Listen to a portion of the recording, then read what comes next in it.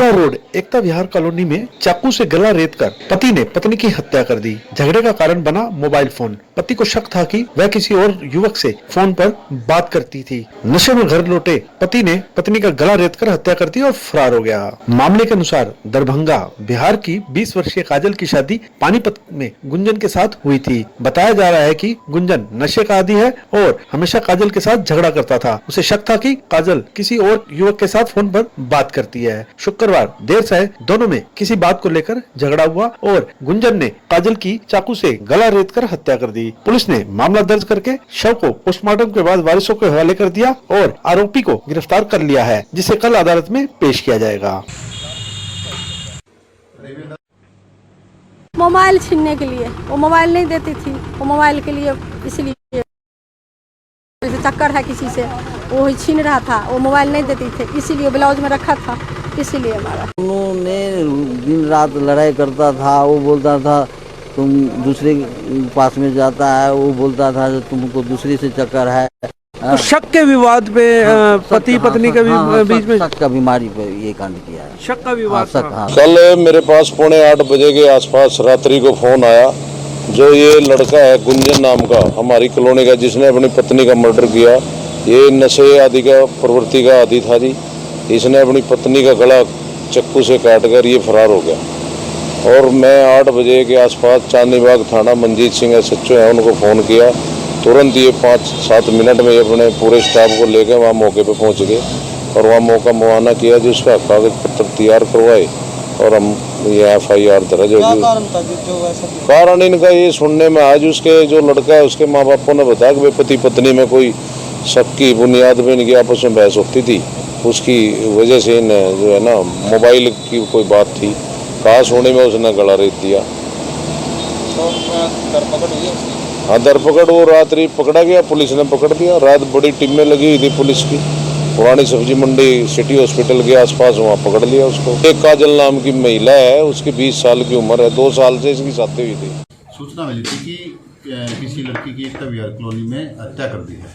मौके पर पुलिस पहुंची तो वहाँ पर एक गुंज नाम का लड़का है, जिसने अपनी पत्नी का, काजल का गला काट के मर्डर किया है। तो क्या कारण क्या माना जा रहा है इसमें? क्या जो कंप्लेंट मिली है उसमें लड़के की मां ने बताया है कि उसकी पुत्रवधू काजल का और उसके लड़के का फ़ोन को लेकर झगड़ा चल रहा था। वो किसी काम से अपने छोटे लड़के के पास घर पर चली गई, जो पास में किराए पर रहता। 20 मिनट के बाद आई तो उसने देखा उसकी पुत्रवधू काजल फर्श पर पड़ी है। सर, ये मूल रूप से कहाँ के रहने वाले? मूल रूप से बिहार से रहने वाले। पति पत्नी के बीच में कोई शक की बिना पे? अब नहीं, इतना तो हम नहीं पता। दरखास्त में तो अभी ये दिया, फोन को लेकर झगड़ा चल रहा था। शिकायत किसने दी थी? शिकायत लड़के की माँ, जो मृतका उसकी सास ने दी है, इंदिरा ने।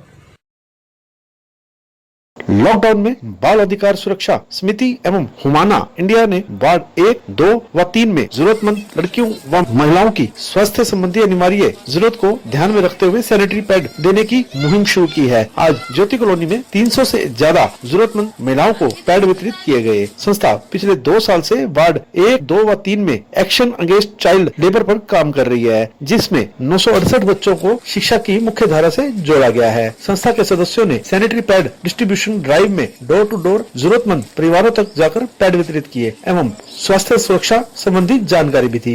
संस्था लॉकडाउन की शुरुआत से ही ration, mask, sanitiser, sanitary pad जरूरतमंद परिवारों तक पहुंचा रही है। संस्था की सदस्य सुधा झा ने बताया कि जानकारी एवं सुविधाओं के अभाव में अभी भी हमारे देश में गरीबी रेखा की लाखों महिलाएं स्वास्थ्य संबंधी समस्याओं से जूझ रही है। इस मुहिम में संस्था से सुधा झा के अलावा किरण शर्मा, माधव सिंह, विनोद सोलंकी, साहिना, राखी, गीता, दीपिका, बस्ता, अर्जुन सभी ने घर घर जाकर सैनिटरी पैड पहुंचाने में मदद की।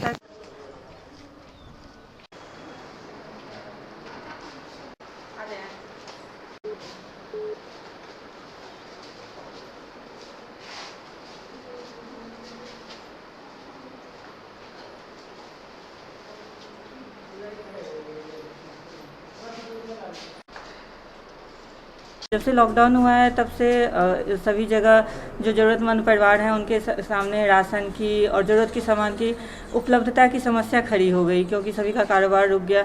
तो ऐसे में हमने अपने संस्था के साथ और बाल अधिकार सुरक्षा समिति के साथ मिलकर यह मुहिम स्टार्ट किया, जो घर घर जाकर सूखा राशन पहुंचाना और ज़रूरत के सामान मास्क, सैनिटाइज़र और उनमें जागरूकता भी लाना, इसका काम हम पिछले 22 मार्च से ही लगातार कर रहे हैं। सैकड़ों परिवारों को हमारी संस्था की तरफ से पूरा राशन का किट दिया गया और पानीपत की अन्य संस्थाओं के साथ मिलकर हमने हज़ारों परिवार तक राशन पहुंचाने का काम किया।